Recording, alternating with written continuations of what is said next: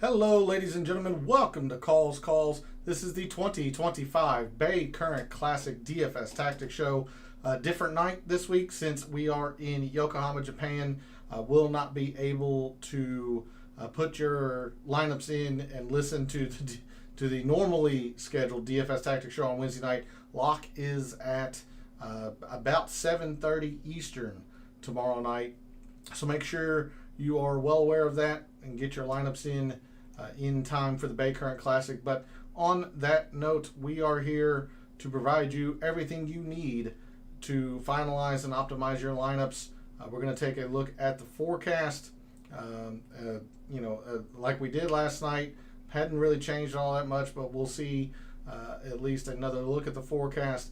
We'll go through my mixed condition model, the rankings. We'll make a few lineups. Quite interested to hear from the community, see what your all's thoughts are, what kind of players you're playing this week, or what kind of lineups you're building. So let's get right into it, shall we? All statistics provided tonight and every night are from FantasyNational.com.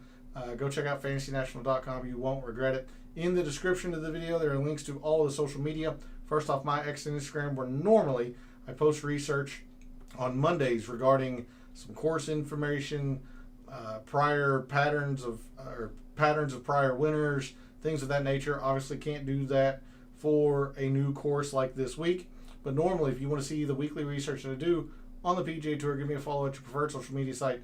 X is also where I place my weekly betting cards and top player usage in the DFS contests I play that will come out at the normal time tomorrow night. Even though there's no DFS Tactics show, that will come out tomorrow night.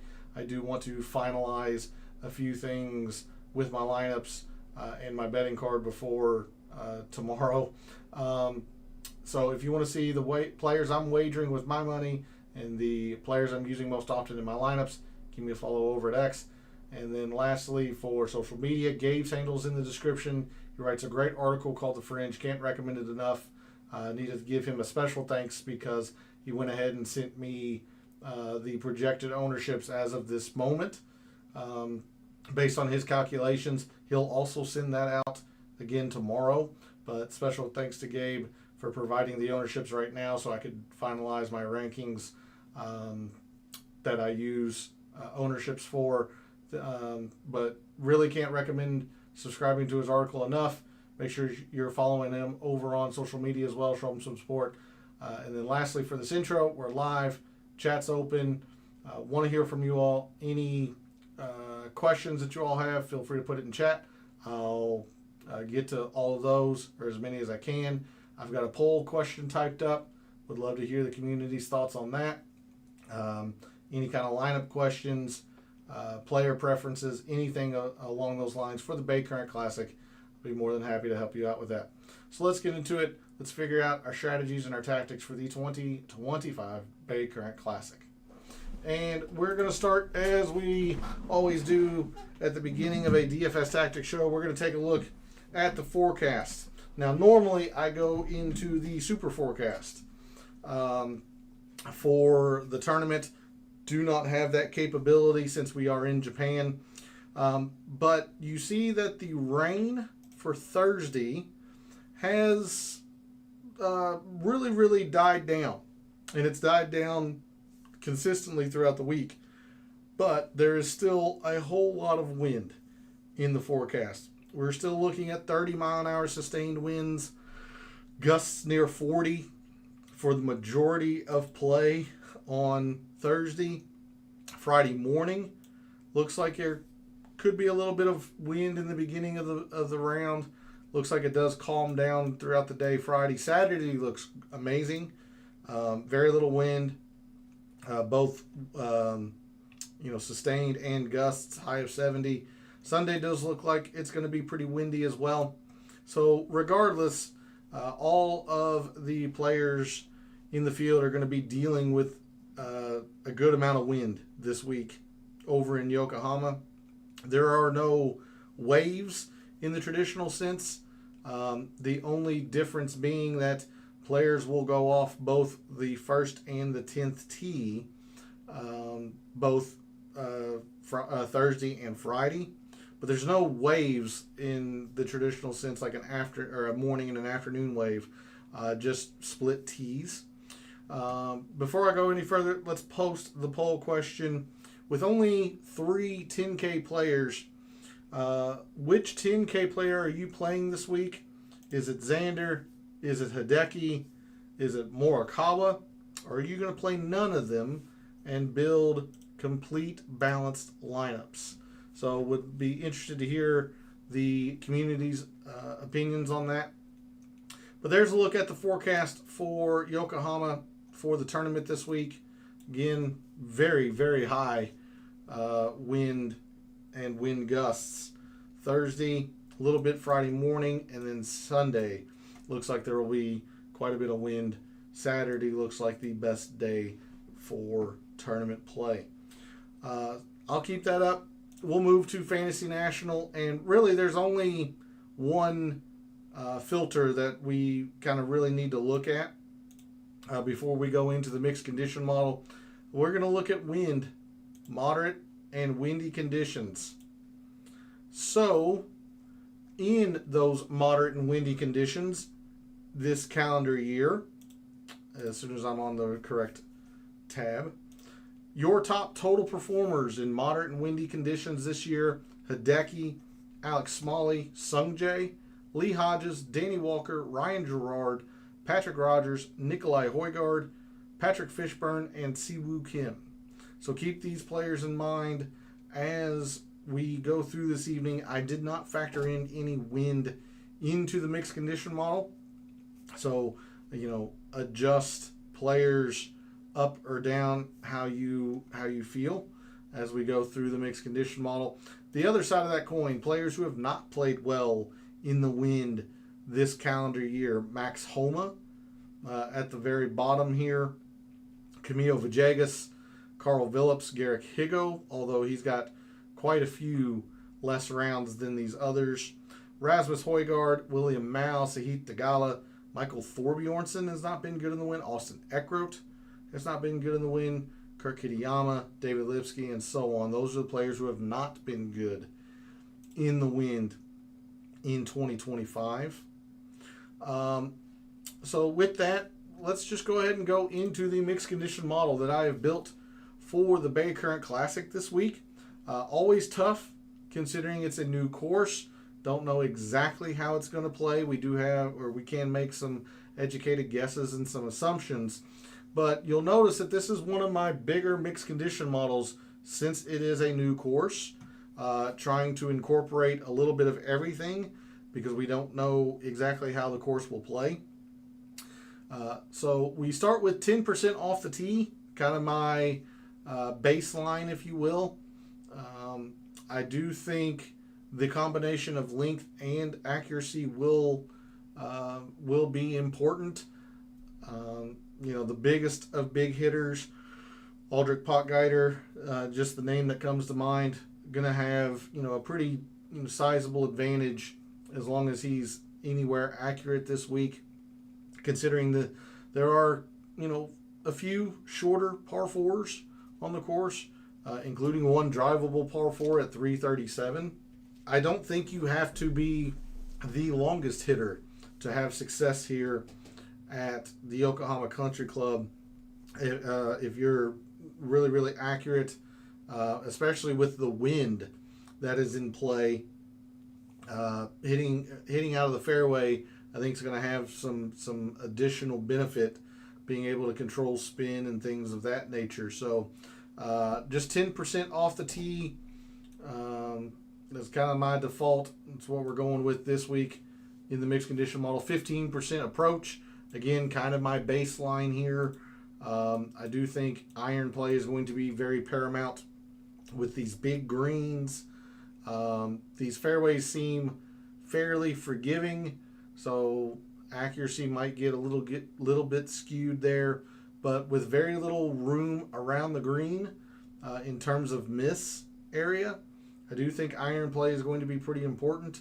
So 15% approach, 5% around the green. Yes, these greens are big, but as I mentioned last night, with the unique design that Core and Crenshaw do on a lot of their courses, meaning a lot of fairway cut around the green, not a whole lot of rough. It can lead to more difficulty around the green, so I do want to see who is tidy around the green. 5% there. 5% in bent putting. Again, did not feel comfortable with a speed. If I had to guess, it's going to be on the slow side, considering the whatever tournament information that we got said 11 to 11 and a half feet on the stimp. So if I had to guess, it'd be Velcro or average bent greens, but I just went with bent. If somebody is a specialist per se on bent, didn't want to overrate it, especially since these greens are pretty darn big. So the one thing that I was not able to put in here, and I really wanted to, I just ran out of percent very, very quickly. I don't have any 3-putt avoidance in here, which again, I would have liked to have had, considering these greens are pretty big. But we'll chalk that up to an area that I might be weak for this week. 10% good drives. And you'll notice that other than this putting with the obvious bent filter, I am actually not using any filters at all. We don't have a short course. This is, pretty much right at 7,300 yards, a little bit over it technically. So no, length filter for Fantasy National, no architect filter. So yeah, I just did not feel comfortable with a filter on these metrics that we're looking at. So I'm just looking at good drives the last 36 rounds. Good drive being the player has hit the fairway or they hit the green from the rough. So 10% good drives. That's why I also felt comfortable having off the tee only at 10%, because this is incorporating a little bit of that accuracy, if you will. 5% birdies or better, 5% bogey avoidance. Again, with a brand new course, not sure exactly how it's going to play. If I had my guess, it's going to be average to maybe easy, with the exception of Thursday. I think Thursday might be really difficult with all the wind. Hey, good evening, Rose. Thanks for jumping in chat. Much appreciated. Hopefully you are ready for the Baycurrent Classic. Remember that lineup lock tomorrow is around 7:30 Eastern, so a lot less time to get your lineups in, figure out your wagers, or at least your pre-tournament wagers and things of that nature. That's why the DFS Tactics show is going on a Tuesday evening, as the tournament will have started by the time I normally do the DFS Tactics show. So that's why it's tonight. But it's good to see you in chat. Very much appreciated for you jumping in there. Like I said, I would guess that we would, of the two, we'd probably want to put more emphasis in birdies or better gained, but I'm just not 100% confident in that, especially considering this horrible Thursday forecast that we have. I do expect that it will be pretty darn difficult Thursday. I expect Saturday to be pretty darn easy, considering how little wind there is, and then Friday morning, Sunday, probably average to difficult. So I balanced it out there between the birdies and the bogeys. So obviously, if the tournament's difficult, I'm going to be a little bit weak to that in a couple of different ways. I don't have the filter, and I would have needed to have emphasized bogey avoidance. If the tournament is easy, I would have needed to emphasize birdies or better. Again, just kind of with a brand new course, going to play it kind of conservatively and split those two. This is my lean for the week. I'm going to go with 10% total procs. Again, these greens are pretty large, 6,500 square feet, and without specific data to back up what ranges of proximities are going to matter the most. With big greens, I generally kind of like looking at total procs, especially for a new course. Saying around the greens, I do have 5% in that. Rose, I generally am not the biggest believer in around the green. Don't like putting a whole lot of emphasis into that, especially at a new course, unless I know it's going to be very, very difficult, and I'm just not 1,000% sure it's going to be very difficult. But you're right in the sense that there isn't a whole lot of room around the greens here. Basically, imagine Kapalua, the plantation course where they play the Century. Basically, the gist that I get, other than bunkers, you've got green, then, fairway cut, if you will, and then kind of gets into hazard very, very quickly.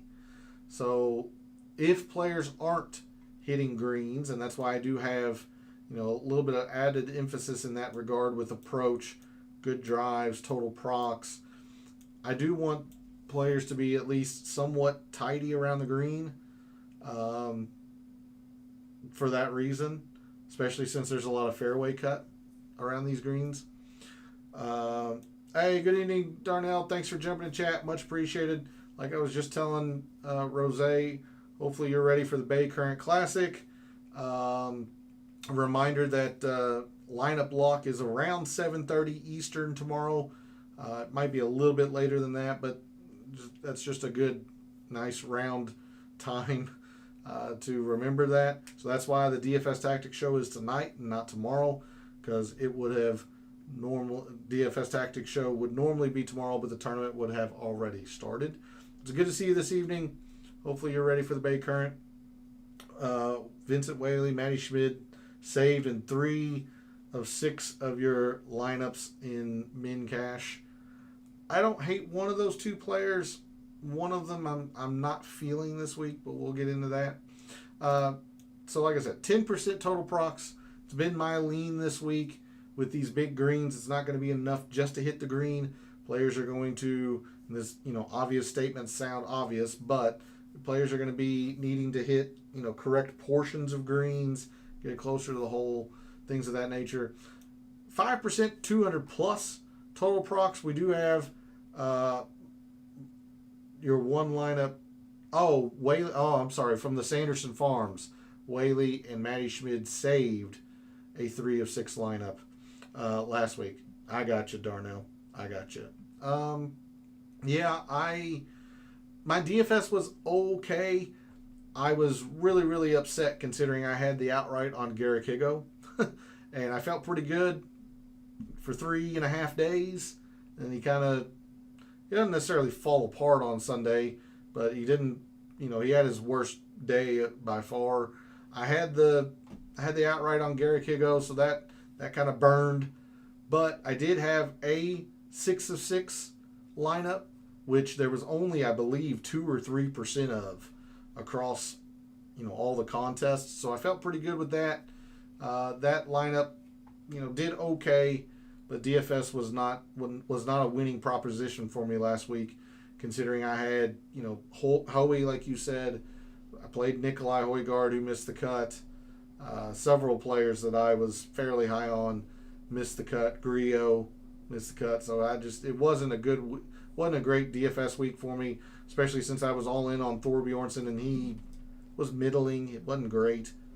Griot and Hoey completely screwed you. Yeah, it is what it is. And you're going to see when we get to the rankings, they're ranked very high this week for me, just because of the lack of course history. And, as I'm going through this mixed condition model, like Rico Hoey's always strong off the tee. I don't have a lot of emphasis in putting, which is his bugaboo. So he's going to rate really high again. Not in love with it, but I understand what the calculations are going off of. But to finish up this mixed condition model, 200 plus procs, we have a long par 3 here at 237. Both par 5s are going to get attacked in 2 because there's no water danger around them.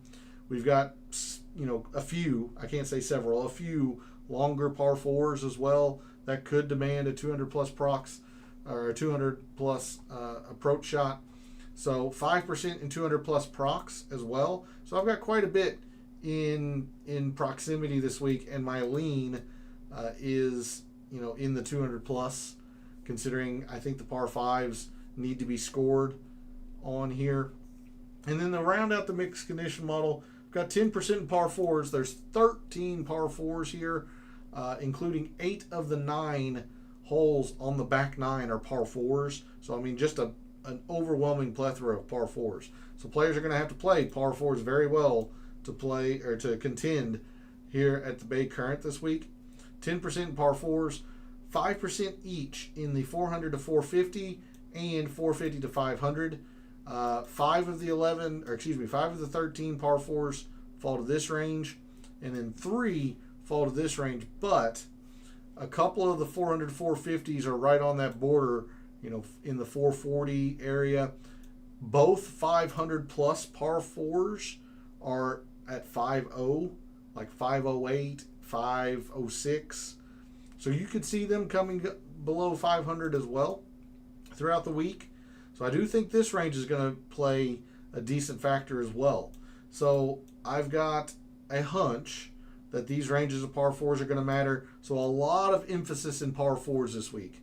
Again, 13 par fours. You only have 3 par threes and only 2 par fives. Par fours are going to carry, I believe, a significant amount of importance in who is going to be in contention this week.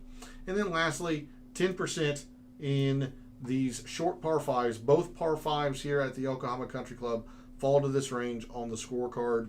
So that's where that is. And in combination with this 200 plus procs, I think players are going to have to play those par fives pretty darn well to be in contention. That's why we have 10% there. There's a look at the mixed condition model. Again, I went through a couple things that I might be weak on. Like I said, I don't have any filters here. No long or short course. That one seems fairly obvious.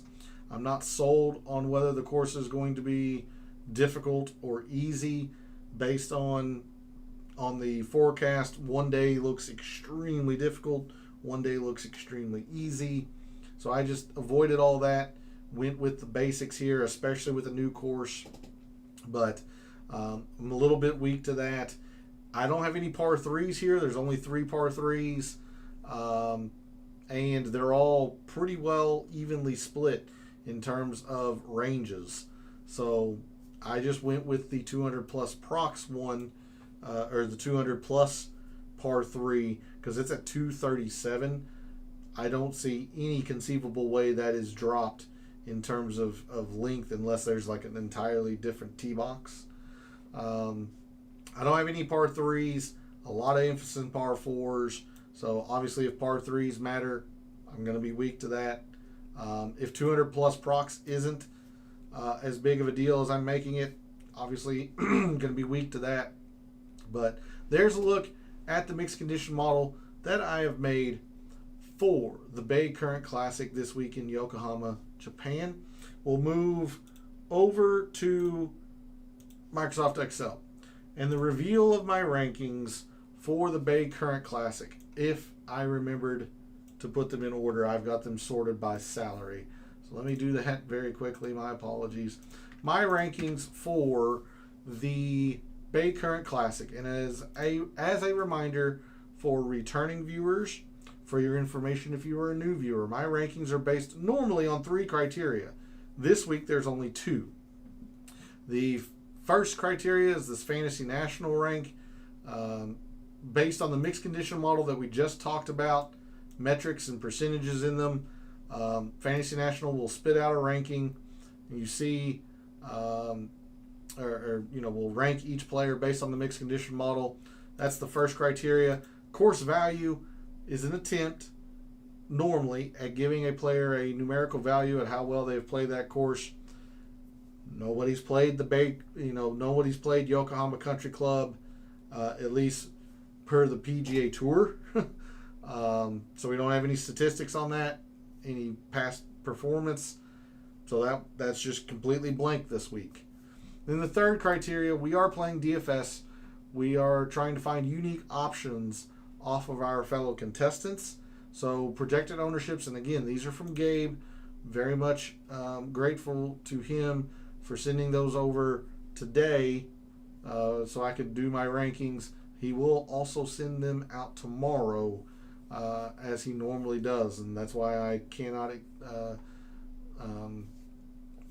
recommend enough that you subscribe to his article called The Fringe. So we're trying to find unique options. Projected ownerships are also a factor into my rankings. My rankings for the Baycurrent Classic, I really don't like them with the extreme little amount of data that we typically have. But number one, 6,800 Kevin Roy, number one in my rankings. Also number one per Fantasy National based on the mixed condition model that we just went over. Don't know if I agree with that, but he is number one in par fours. We have a lot of emphasis in that. Number one in par fours. Also one of the best bent grass putters in the field. Top 15 in both off the tee, good drives, total procs. He just doesn't have any bad statistics across here. Number one in these, mid-length to long par fours, 200 plus procs has been good, at least relative to this field. So a little bit surprising to see Kevin Roy number one, considering the big names that are in this field, Hideki, Morikawa, Xander, etc. But Kevin Roy number one, Rico Hoey number two, and I understand that he was a big disappointment last week. I used him quite a bit. It did not play well. I don't know if I like Rico Hoey this week, but again, he is one of the best ball strikers in this field.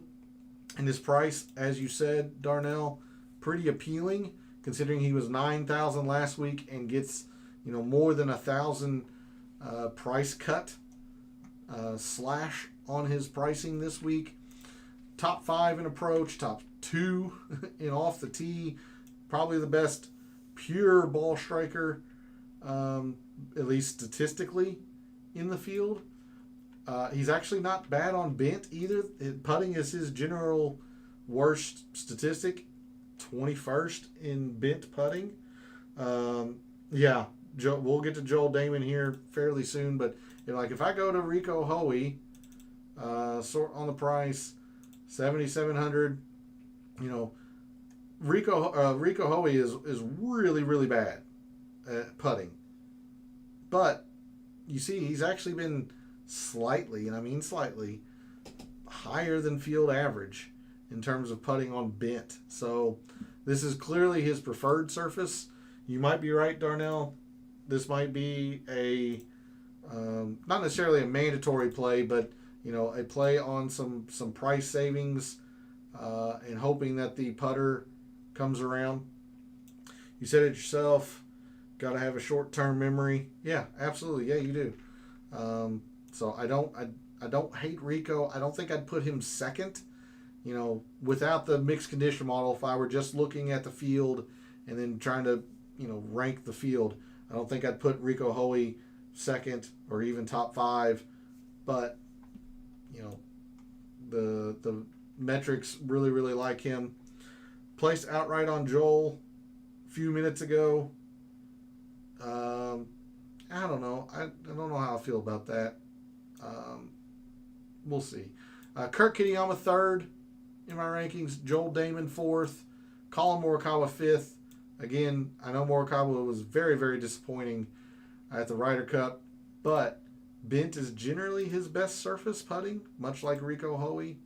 Joel Damon I have some concerns with because all the opportunities and total procs and good drives gained, he doesn't have a lot of length. So if this course really does mandate some length, which I don't think it will, but if it demands some length, Joel could be in trouble.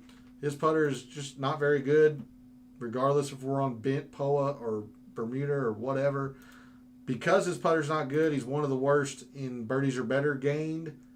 I don't know. I just got some concerns with Joel, but he is very, very unique at 3%. So Joel Damon, 6,500, Joel Damon fourth. So 2 6K players in my top 5. Colin Morikawa fifth. And then to round out my top 10, Chris Goddard, Hideki 7th, Lee Hodges 8th. Again, another big disappointment last week in Emiliano Grillo 9th. And Patrick Fishburne rounds out my top 10. Like I said, I don't love the top, my rankings this week. I'm pretty high on Hideki. Of course, it seems like everybody is. I do like Griot as a decent bounce back opportunity here. Not crazy about Joel Damon being fourth. I'm really, really high on Kitayama. So, I understand why the computation came out the way it did.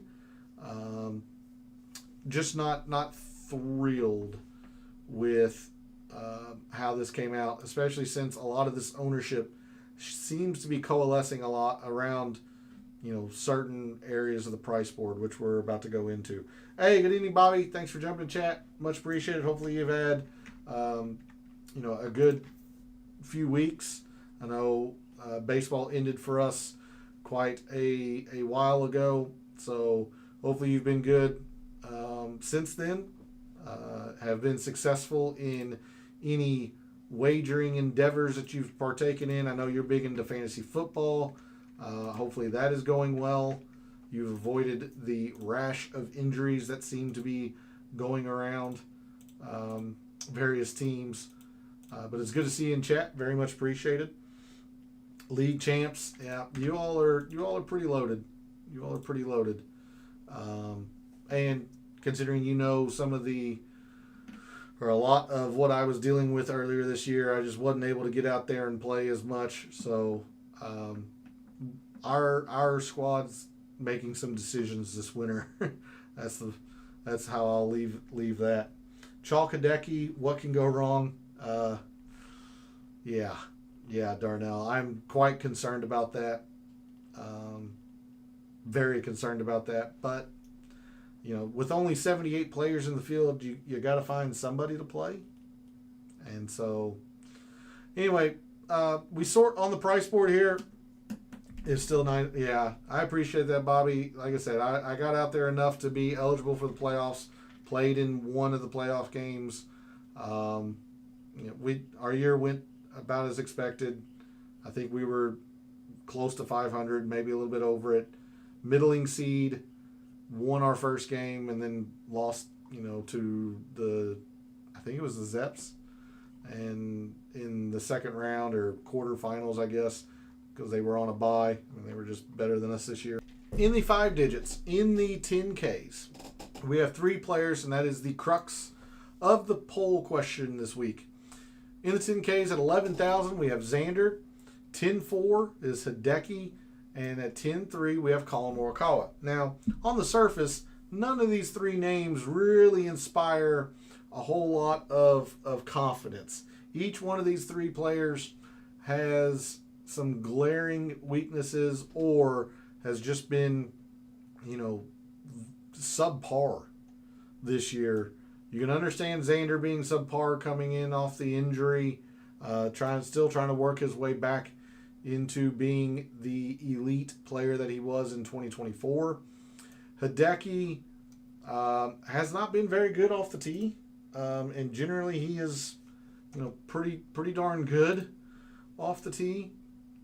You see his career, he's been positive, but lately, from the Masters on this year, his off the tee has been pretty bad.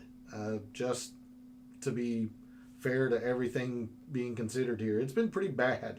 So his irons, we all know his irons can go nuclear at any point. He's actually not horrible on bent.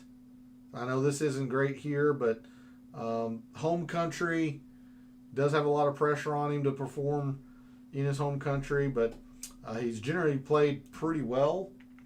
I know this is a different course, but just taking a look at the Zozo runner-up, but then, some not great finishes here.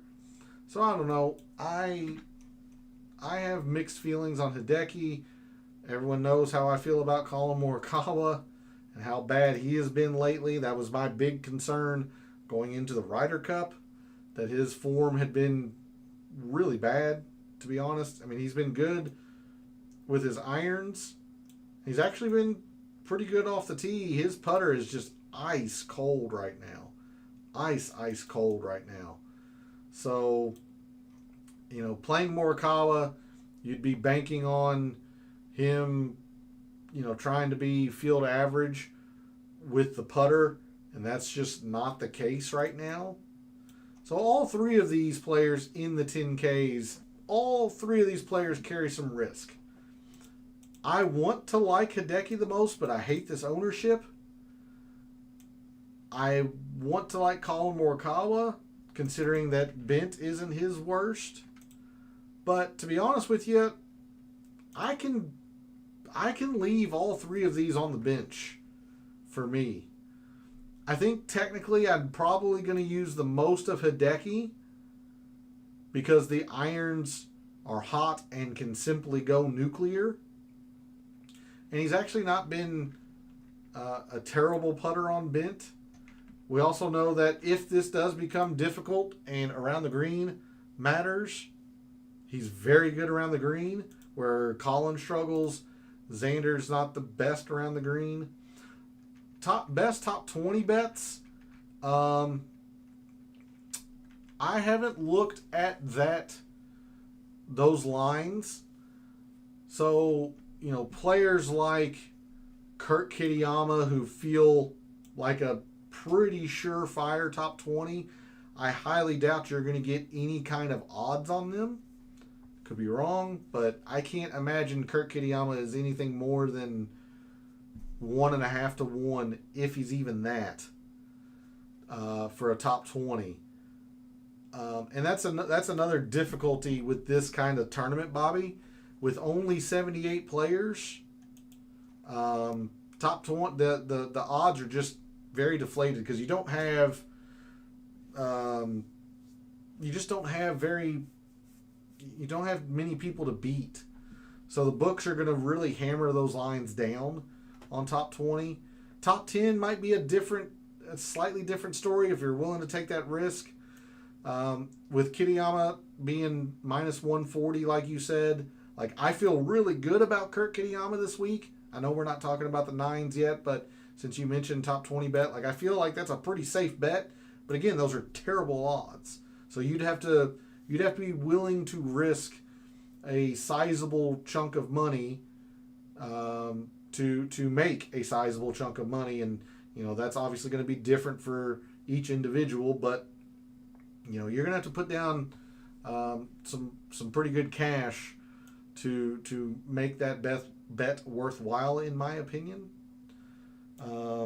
Plus 185. See, I don't hate that, but it's just to top 10 a tournament, even with only 78 players, is still difficult. So, hopefully I can find, or talk about some players lower in the price board that might be more appealing in terms of price. But if you're asking, just simply give me a player to top 20 that you feel good about, regardless of odds, I'd probably have to lean Kitayama, would be my guess. So yeah, to round out the 10Ks, I'm probably going to use the most of Hideki. I don't feel great about it, and honestly, a lot of the lineups that I'm going to build just probably won't even come up here. Just being honest, they probably won't come up here. All three of these players just have so many question marks about them. Colin appears to be the pivot. That's why he is kind of interesting to me, because he's the lowest owned by a decent percentage, 7% projected ownership, which is a decent amount at this high on the price board. We all know his iron play is very strong. It's just, he's not a good putter. His putter is ice cold right now. You're playing Morikawa hoping that he makes a putt or two during the week. So that's how I feel about the 10Ks. Rico Hoey top 20. Maybe. I don't hate that. Depending on what his odds would be. At being at 7,700, would he be, maybe 2.5 to 1 to top 20? I don't hate that. I know he rates well. I've still got concerns with Rico, but I don't hate that. Moving into the nines. Chris Goddard rated very, very well. 6th per the model. Strong off the tee player, so if off the tee matters a lot, or if you think off the tee is going to matter this week, you probably want to give some run to Goddard. But he's not a good putter on bent. He's just not. He scores pretty well. I was surprised to see him be 12th in bogey avoidance.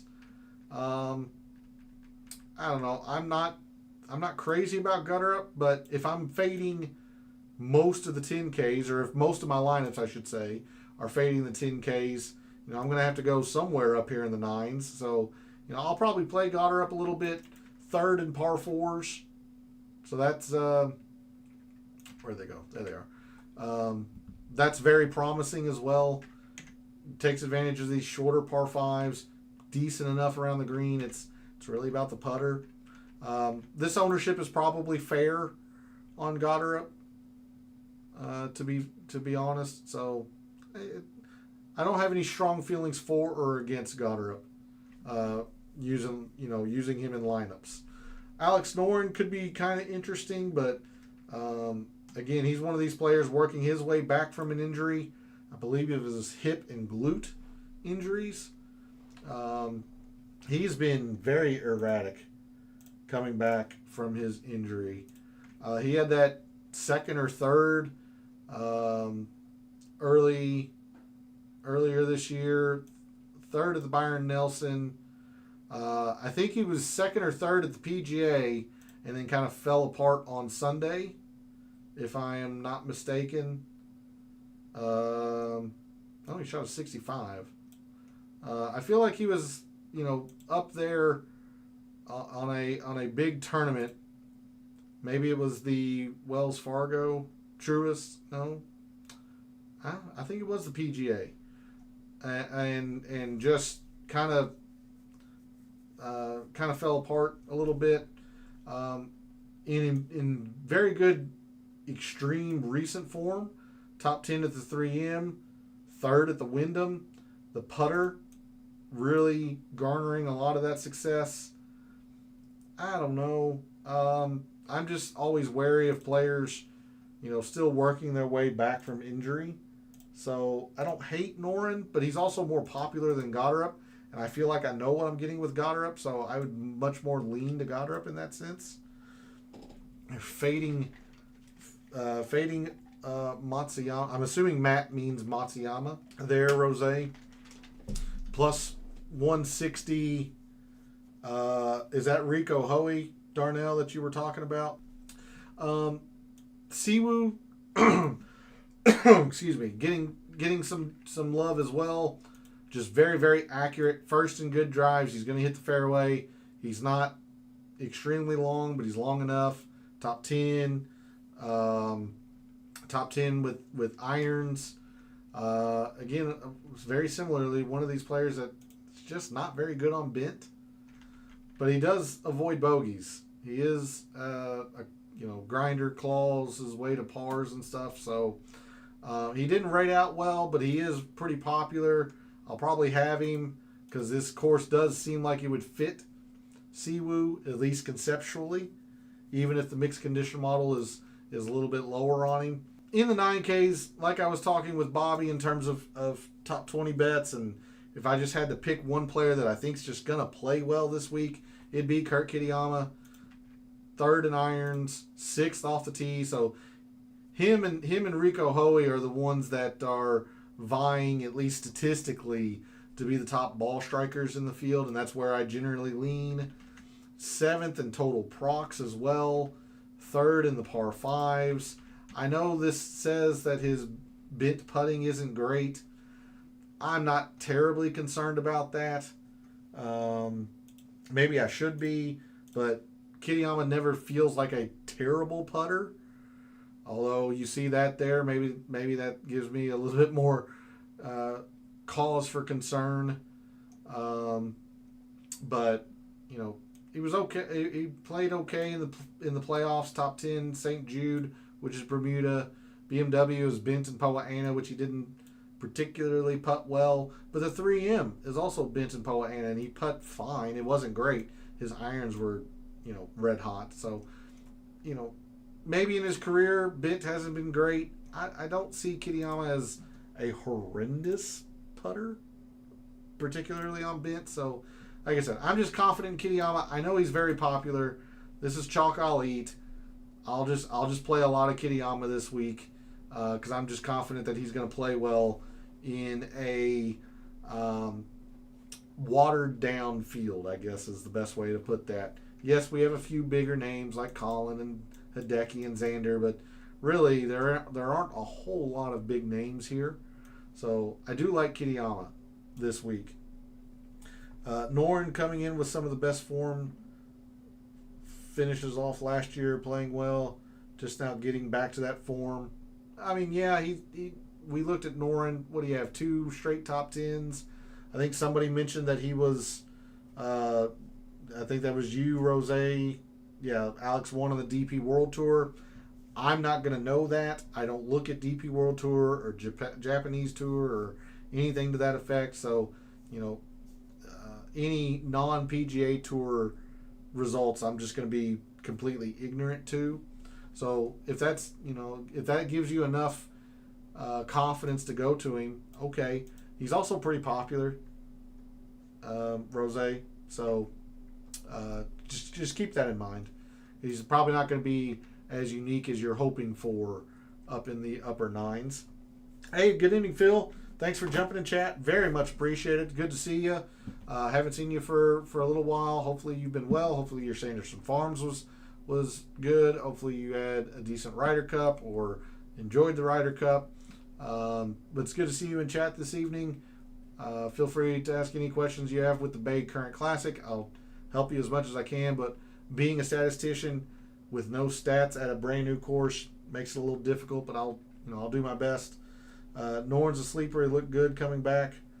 Going Bez, Damon, and maybe Gerard. We'll get into that. We're still wrapping up the 9s here. Oh, wow. I really didn't realize what time it was. I need to get this going.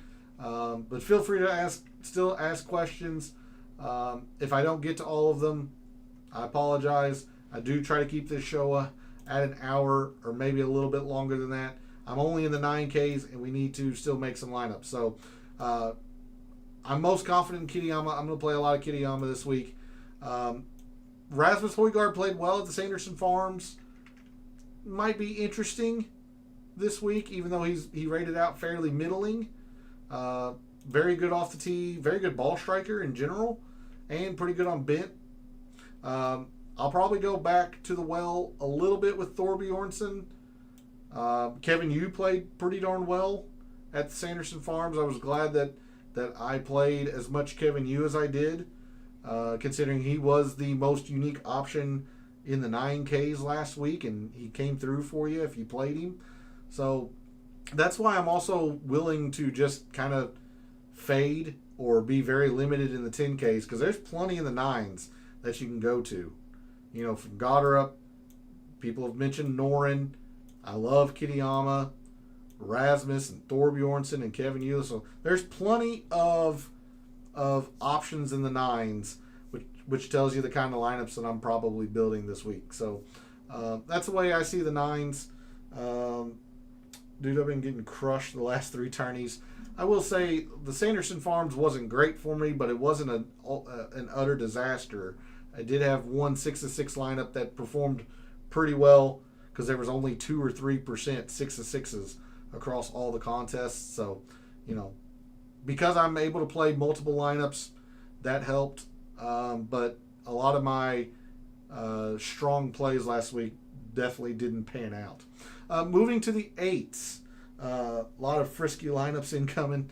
We're going to try because a lot of this ownership is pretty coalesced, as you can see. Moving into the 8s. I didn't play a whole lot of Garrick Higo last week. I should have, but as I mentioned in last week's DFS Tactics show, when you have a player that, like Minwoo Lee, both of these players are so Jekyll and Hyde, they can win and they can finish DFL. I was right about Minwoo Lee. Didn't get everything right about the Sanderson Farms, but I was off of Minwoo Lee, and he was very, very popular. Garrick Higo, I had the outright on him, which sucks that he didn't win, but he played extremely well. So the few lineups that I did decide to play, Garrick Higo performed well, i.e. the 6-6 that I had. I'm not really interested in any of these three up in the upper eights. Not really much at all. Somebody mentioned Seabez. It makes sense, but I do worry about his off the tee game. He is not long at all. He's not particularly accurate. You're playing Seabez for all of the short game.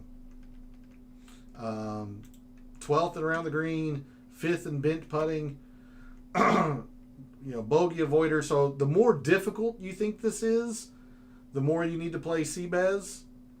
Very good on par fours, or at least the links to par fours here. All right. Thanks, Darnell, for jumping into chat. Very much appreciated. Good luck this week. Just appreciate that you take the time in your busy schedule to tune in and listen and join in chat. So best of luck, Darnell. Much appreciated and good luck. So I don't mind Seabez. He is, probably not as unique as you're hoping for. I might go to Adam Scott, considering he's 2 to 3% less owned. Sung Jae is so Jekyll and Hyde that I don't know what to do with Sung Jae. Tournaments that I think he'll play well, he implodes. Tournaments that I don't think he is in good form or not going to play well, he ends up top 10ing. I have no idea what to do with Sung Jae, so do what you will with that. Not a clue. Despite him rating fairly middling, I do like Gary Woodland this week as well. Now, he's getting a lot of looks in the low 8s, so I don't like his ownership, but I do like Gary Woodland potentially as a sneaky play if you're willing to consider or willing to count 13% projected ownership as sneaky. Top 15 in both ball striking categories, top 10 with total procs. I know the putter doesn't seem like that's a very good number, but his putter's actually been a lot better recently. So, gaining at the Pro Core, which is bent and Poa Anna, like some of these other tournaments we've talked about. Gained a bunch at the Wyndham. Overall, just in good form. So, I do like Woodland for that reason, but it does seem like he is not as unique as I would have hoped. I do think this is a good bounce back for Grillo as well. Second in good drives. He's not the shortest hitter, and he's accurate, especially with his irons. Top 10 procs. Decent enough on bent. I know he was a very, very disappointing play last week, but it seems like people are willing to go back to Grillo as well. And somebody mentioned Vincent Whaley. He did not rate out well for me, but man, he's in good form right now. So it's worth a long look on Vincent Whaley. I don't think I'm going to get there, considering he rated out pretty low for me. Irons starting to come around. Second in bent putting. Top 10 bogey avoider as well. Like, his stats just aren't. They haven't caught up to how well he has played lately, I don't think. Because he's in very good recent form. Third at the Sanderson Farms. Pro Core was, middling, but he gained in all 4 major categories. The irons have been good, lately. So, I don't know. It's interesting, and he much prefers bent. So it's worth a look. Not my favorite, but certainly not the worst. Moving into the 7s, I kind of like Matt Wallace this week, especially if you think this will be a little bit more difficult, like a Seabez. If you think around the green is going to be a pretty big factor, Matt Wallace second around the green, unique. I know the putter looks like it's bad. I wouldn't worry about that. Takes care of these par fives, or at least these lengths of par fives. Fifth in total par fours in this field. I like Matt Wallace. So I'm going to come down to Matt Wallace a little bit. I don't hate Bud Cauley. I just prefer Matt Wallace in that regard. Again, Rico Hoey, top ball striker, arguably in this field, statistically. It comes down to the putter, which in his short career, he's been pretty good on bent. So it's worth a shot. Just be aware that, this can go sideways on you very quickly, like it did last week. Playing Hoey and Whaley top 20 as a little bit of a parlay there. It looks like at plus 425. Okay, I don't hate it, especially like Whaley's probably the one that's bringing that up quite a bit. Loves bent putting, so I don't hate that, Bobby. I really don't. I actually, if you're doing that, I might actually get a little greedy and add like a Kitayama, because even though he's minus 140 by himself, to put him in a parlay is going to boost those odds, and it's somebody that I'm just very, very confident is going to play well. I might think about adding him. So yeah, I'll probably still dabble with Rico Hoey. I just know that it can go sideways very quickly. Unlike last week where I was very, very high on Nikolai and not Rasmus, I think I'm the opposite this week. So that means you should play Nikolai Oygaard this week. Because Rasmus, even though they are literally back-to-back in my rankings, 32nd and 33rd, I actually kind of like Rasmus a little bit more this week. And we all know how that worked out for me last week, considering Nikolai missed the cut. Rasmus is a much better putter on bent, at least on these PGA Tour courses. So that means you should probably play Nikolai, since I'm playing Rasmus is what I'm getting at. Fishburne, McCarty, Hubbard, all fine, all getting decent amounts of ownership, all playing par fours well, all of them pretty decent with the irons. All of them, fairly decent with the putter as well. So I don't have a lot of distinction between these three.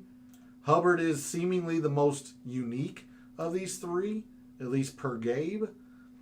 If you're in the mid-sevens, I don't think any of these are bad plays. I kind of want to take a chance on Austin Eckroat, even though his putter is atrocious. I kind of want to bet on the ball striking. Tops, sixth in irons, accurate off the tee, long enough off the tee, good with par fours, good with his 200 plus procs.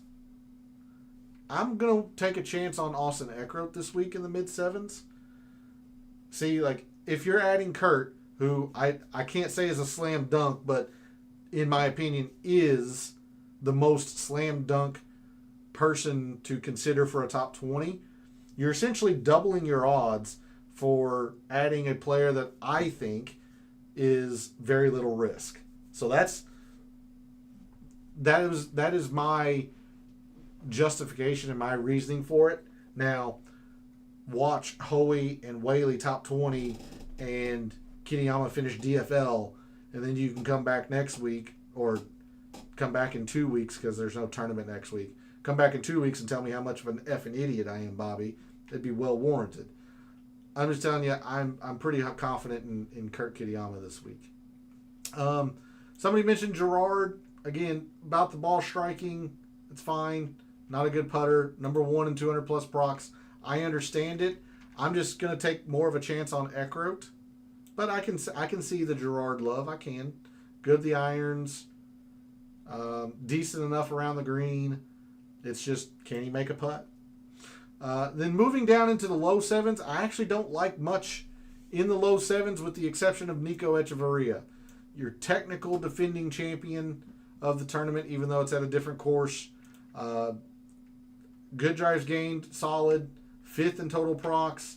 takes advantage of these short par fives. I'm going to play a decent amount of Nico Echeverria, get off of the Mac Meisner and Eric Cole chalk seeming to be running around. You say Matty Schmid. It just doesn't feel like a great Matty Schmid course. He's not very good around the green. So if you don't think around the green is going to matter, sure. The guy can go low. I will not deny you that. Fifth and 200 plus procs as well. Like, somebody was very close to talking me into playing Schmid last week, and I should have listened, and I didn't. I don't know. This is a gut feeling.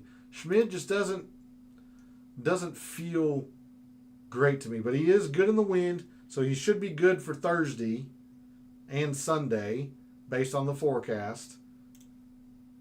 Thursday looks awful. Sunday looks like it's going to be windy.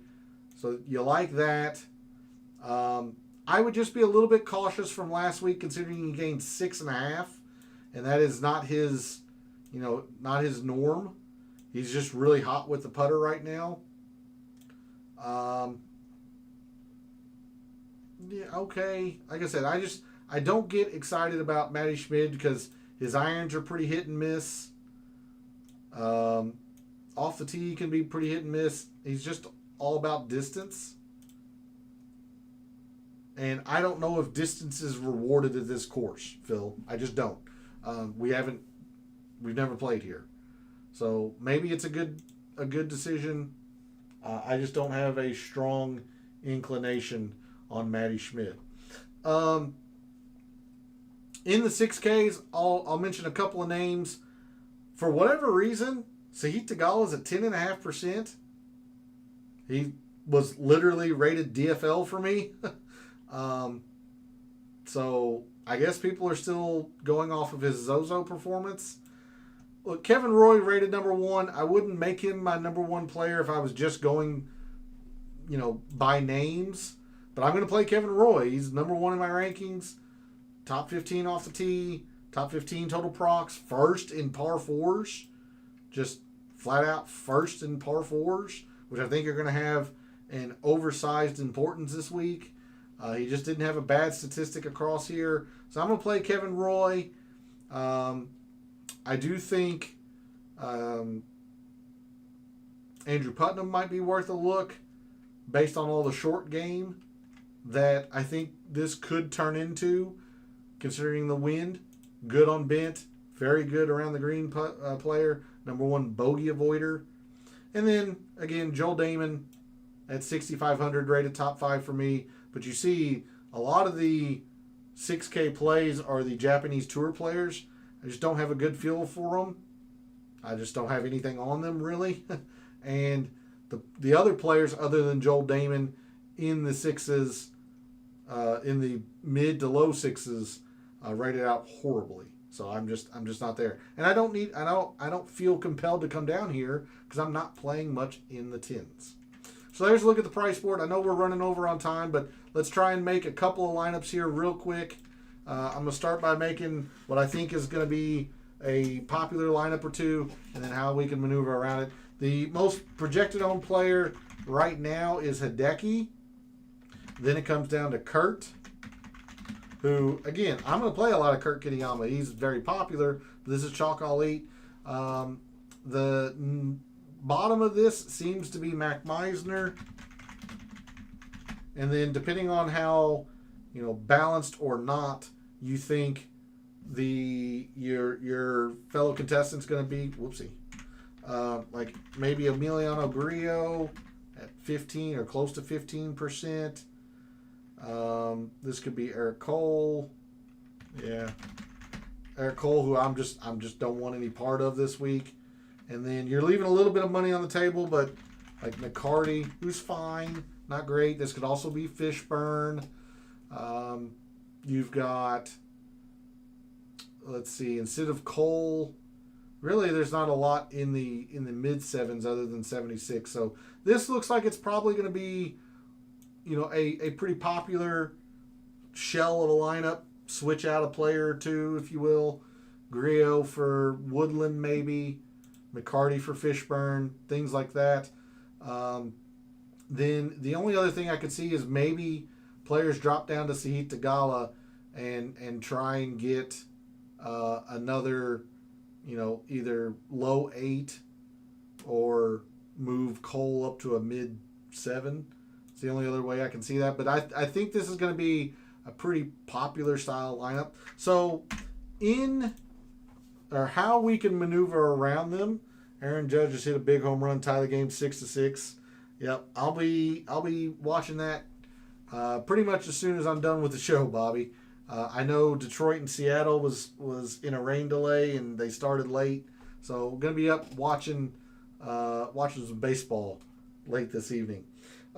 Couple ways I'll try to build a couple lineups here so we can maneuver around all this chalk.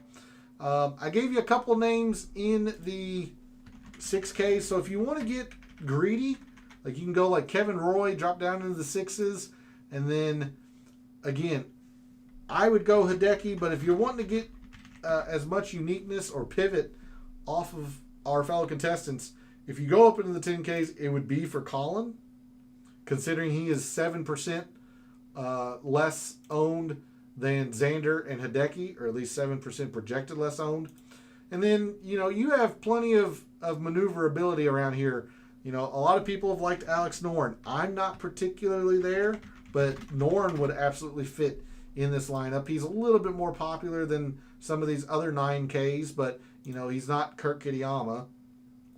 He's not Siwoo in terms of ownership. Noren would absolutely fit into this. Then you maybe come down to an 8.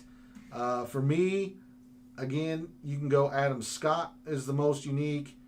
Seabez, I don't hate either. I would probably go like Gary Woodland again, just because you're off of the chalk in the 10K seemingly. And then you have a couple of mid 7s.